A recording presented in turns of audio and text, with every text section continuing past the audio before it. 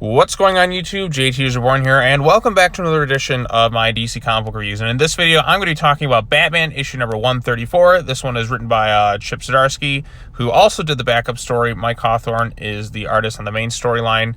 And I'm trying to remember who did the backup. I'll get to that when I get to that portion of the story. But yes, so this is continuing the stories of the whole Red Mask thing. For those who aren't aware, basically a quick recap was Batman was fighting Failsafe. Failsafe fired a gun at him, which belonged to Toyman, which catapulted Batman into a part of the multiverse without Batman. So that's part of his punishment, I guess, from Failsafe, who just up and just kind of left.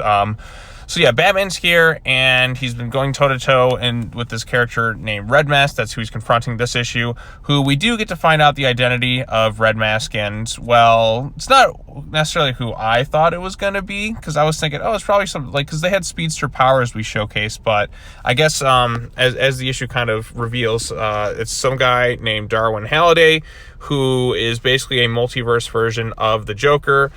He was a chemist, and things went a little bit haywire, and then somehow those chemicals made him see his true self, like the perfect version of himself, about who he's meant to be, and it was the Joker, and he wants to see the world through that version of himself's eyes. Kind of strange motivations, but it is whatever. So he's tired of all his limitations and all that. He wants to use multiverse energy or whatever, unleash some sort of poisonous gas, burn the world, that sort of thing. Batman even has to fight off various henchmen. He fights off this version of Ghostmaker. Now, one thing I did like was, since he knows Ghostmaker from his Earth, so he knows his fighting style, so he's able to kind of counteract that a little bit. But he's not quite Ghostmaker. He goes by Ghost Breaker. Get it? Like, instead of Maker, it's Breaker. So that was kind of interesting. The dumbest part of this entire issue, though, is when basically they unleash like these versions of the Justice League or whatever, and we come across this version of Superman. And in the dumbest thing I think I've seen in any comic the past couple of months, it's just I don't understand what's happening here. Basically, like, Superman's here, he's gonna fight Batman. Batman literally makes a spooky face. He goes, "Rawr!" And then Superman screams and runs away like a little bitch. What is this? This is like Courage the Cowardly Dog, when Eustace puts on the mask and goes, "Stupid dog, ooga booga booga," and then Courage goes, "Ah," and screams and runs away. Like, how does this stop Superman? There's no kryptonite, there's no nothing. Batman rolls his eyes behind his head and goes, "I am your nightmare." Ah, like, come on. Like, it's so dumb, but it's also like so dumb it's kind of funny. I don't understand it. Like, you're Superman. You're a Kryptonian. There's no magic. There's no nothing. Batman makes a spooky face, and that's enough to scare Superman and have him flying away. Was it really that scary? It's just, it's so dumb. But it's so ridiculous that it kind of is funny. Like, that's this run in a nutshell. Like, you have Batman falling from the moon and somehow survive. This is a really ridiculous Batman run we're going on right now. I've been losing interest in it.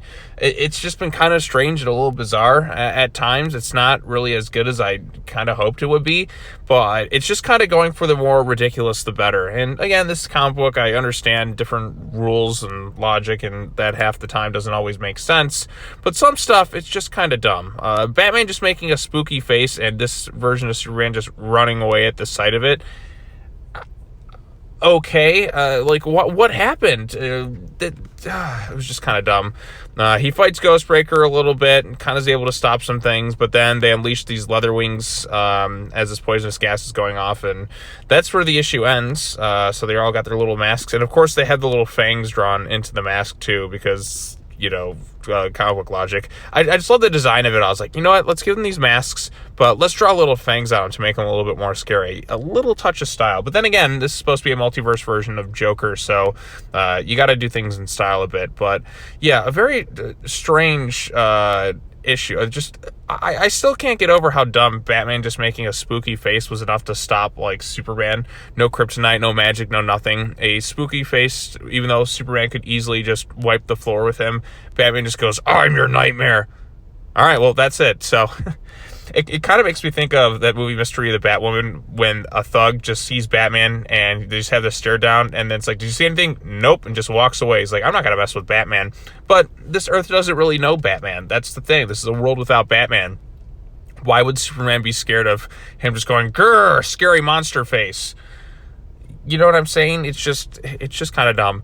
But also, speaking of Superman, we come to find out that he is impersonating Batman this time around. I guess Dick Grayson's off still being Nightwing and, you know, trying to lead the Titans to take over for the Justice League, because that makes total sense.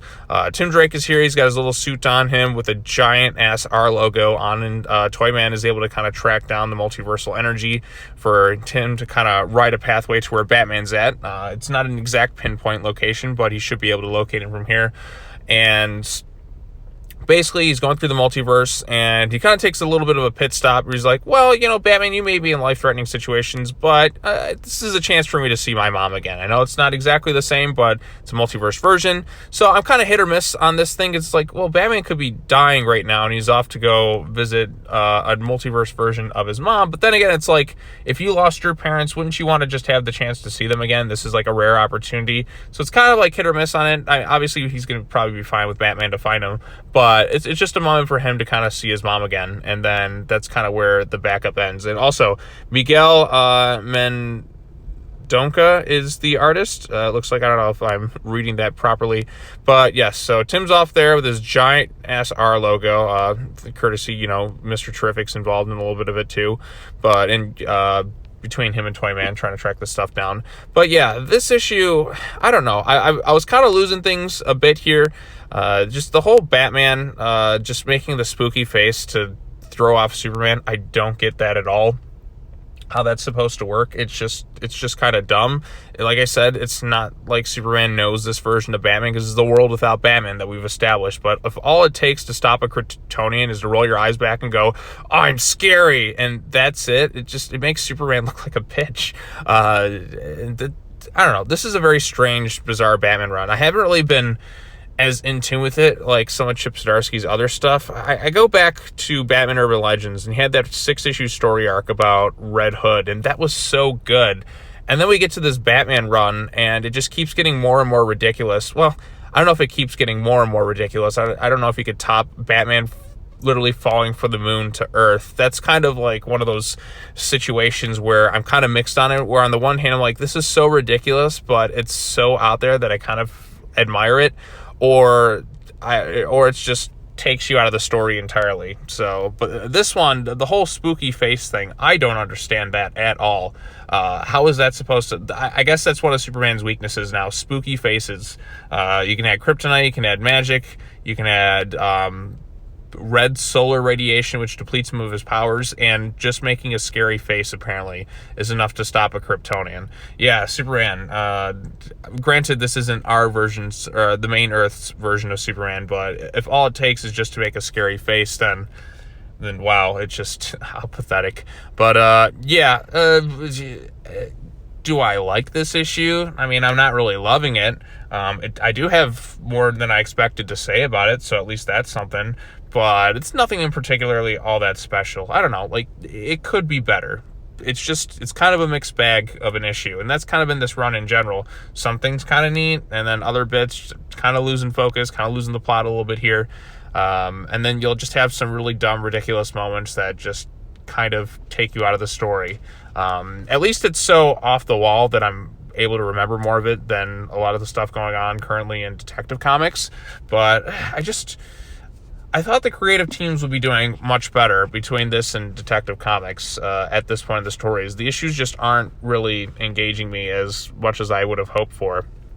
So maybe after these first arcs are done between this and Detective Comics, then it'll pick up the pace a little bit more in terms of some of these stories, because I feel like I've been on this fail-safe thing for a while, but at least it's not switching to another story arc and then coming back to it and then switching to another story arc, like something in, say, the Nightwing run, where that whole like Heartless thing is still going on for like 2 years. So at least it's focused on one particular story before they move on to the next. So, but yeah.